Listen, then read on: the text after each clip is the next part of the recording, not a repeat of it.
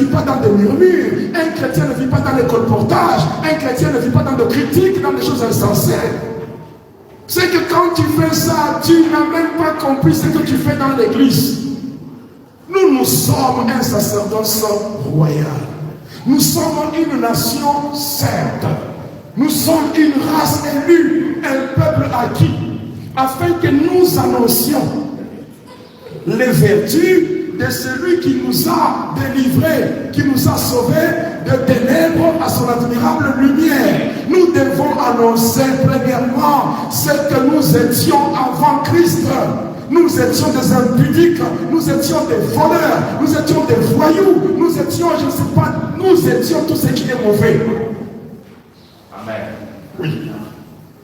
Si toi tu as honte de dire ce que tu étais, c'est ton problème. Moi je te dis, j'étais mauvais. Et sans Jésus, ma vie n'avait pas de sens. C'est lorsque Jésus a frappé à la porte de mon cœur, j'ai ouvert, il est entré, par son entrée, il a donné un sens à mon existence. Oui, c'est la vérité. Et je n'oublierai jamais cela. Et j'aimerais vous dire, le plus grand miracle, ce n'est pas lorsque une personne construit une maison, où il se paye une bâtisse, non. Le plus grand miracle, ce n'est même pas lorsque tu achètes une Prado. Le plus grand miracle, c'est lorsque tu t'es converti et tu donnes ta vie à Jésus. C'est le plus grand miracle qui provoque même une fête au ciel. Car il est dit, il y a une grande joie au ciel lorsqu'un seul païen, un pécheur, se convertit. Amen. Aujourd'hui, nous avons toujours des témoignages de montrer comment j'ai eu la promotion au boulot, j'ai eu ceci, c'est ça le vrai témoignage. Le vrai témoignage, c'est lorsque tu changes de camp. Tu sors de ténèbres et tu entres dans la lumière. C'est ça le vrai témoignage. Amen. Alléluia. Avoir des enfants, c'est beau. Construire des maisons, c'est beau. Mais ça ne dépasse pas ton salut. Jésus n'est pas venu premièrement pour que tu construises des maisons. Il est venu pour te sauver. Alléluia. Alléluia. Même avant l'œuvre de la croix, les gens se mariaient. Ne me dis pas tu vas te marier parce que tu es dans l'église. Parce que même ceux qui viennent par l'église sont mariés. Même les féticheurs, même les chefs coutumiers, ils sont 5-10 femmes. Oui. Ne viens pas ici chercher le mariage. Viens chercher Dieu. Oui, viens chercher Dieu. Parce que ton salut dépasse le mariage. Je te dis la vérité. Si tu viens chercher Dieu et tu viens chercher le mariage dans l'église, tu seras une femme qui vivra dans la séduction. Tu vas te maquiller, t'habiller comme une sirène afin de séduire les gens. Et ce mariage-là ne sera pas pour la gloire de Dieu, mais ce sera pour la gloire des démons et des esprits des sourds. Qui me souvient. Alléluia. Mais c'est la vérité. C'est la vérité. Moi, le Seigneur m'a appelé pour la vérité. Il ne m'a pas appelé pour la flatterie. Lisez Ésaïe 53, verset 6.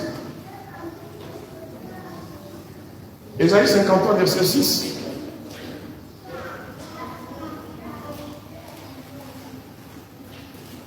Oui. Amen. Nous étions tous errants, comme des brebis. Chacun suivait sa propre voie. Merci mon frère. Chacun suivait. N'est-ce pas? Non, moi je suis. Chez nous, les Balouba, on fait ceci. Là-bas, c'est les Bassanga, on fait ceci. Oh, notre coutume nous dit ceci. N'est-ce pas? N'est-ce pas? Ce ne sont pas juste des choses que les gens faisaient. N'est-ce pas? Mais Dieu, alléluia, pour mettre fin à ça, il a frappé Jésus. Paul, tu peux continuer. L'Éternel a fait retomber sur lui l'iniquité de tous. Oui, arrêtez là. L'Éternel a fait retomber sur lui l'iniquité de tous. Nous étions perdus. Même nos parents nous induisaient dans des erreurs. Oh non, chez nous on fait ceci. Et on suivait, n'est-ce pas? Est-ce que c'est ça la volonté de Dieu? Pourquoi est-ce que nos parents, nos ancêtres, on les invoque dans des traditions compliquées? C'est parce qu'ils sont morts, perdus. Quelqu'un qui meurt en Christ, on ne pourra jamais invoquer son nom. Non, personne. Mais quand tu meurs dans le péché, moi, tel que je suis, jusqu'à mon dernier souffle, je ne trahirai jamais Jésus. Amen. Jamais. Parce que quand même, moi, je connais d'où je viens. Quand je regarde le bourbier du péché dans lequel je pataugeais, et quelqu'un qui m'a tendu la main pour me tirer de là et faire de moi ce que je suis, je ne peux jamais abandonner Jésus. C'est comme ça que Paul dit, qu'est-ce qui nous séparera de l'amour de Dieu manifesté en Christ? Regardez ce que nous étions. Quelqu'un peut être bien habillé, il roule dans une belle voiture, carrosse, Mercedes et tout. Mais tant que celui-là n'a pas Jésus, c'est une pourriture. Alléluia. Qu'on ne te trompe pas.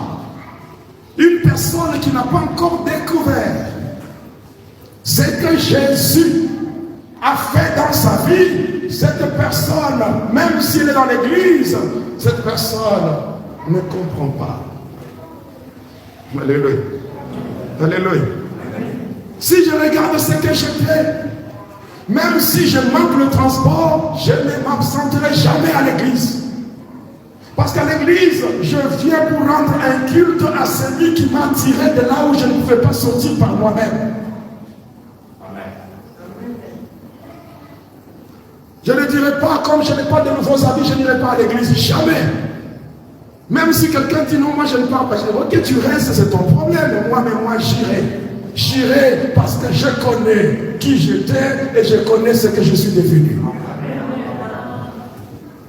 Parce que la valeur d'un chrétien n'est pas liée au verbe avoir, mais c'est lié au verbe être. Alléluia. Ce que je suis dépasse ce que j'ai. Parce que ce que j'ai peut se perdre, mais ce que je suis, je ne peux pas le perdre. Parce que mon alliance avec Jésus n'est pas liée à ce que les gens voient. Mon alliance avec Jésus est liée à ce qui se passe au-dedans de mon cœur. Alléluia. Alléluia. Ce que Jésus a fait. Jésus a connu une mort substitutive. Ce n'est pas lui qui avait péché. Lui qui n'a pas connu de péché. Dieu lui a fait porter le péché de nous tous afin que nous soyons sauvés. Bien-aimé, vivre dans le mensonge, j'aimerais te dire la vérité. Abandonner le mensonge, ce n'est pas facile. Oui. Abandonner les sales habitudes, abandonner les mauvaises choses, c'est la grâce. C'est la grâce. Nous étions perdus. On t'appelle aujourd'hui frère, on t'appelle sœur.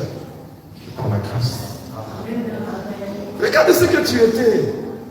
Avant de connaître Jésus, regarde comment tu dansais comme une vedette de la musique profane. Comment tu passais ton temps dans des boîtes de nuit. Tu as oublié? Tu as oublié comment tu nageais dans la masturbation là. Tu as oublié? Qui t'a fait quitter ces choses? Il y a des péchés secrets hein, que les gens ne connaissent même pas de toi. Mais regarde, lui te connaissait, même dans ce péché le plus secret. Mais tu lui as donné ta vie, il ne t'a jamais trahi. Ce que les gens savent de toi, ce n'est pas tout.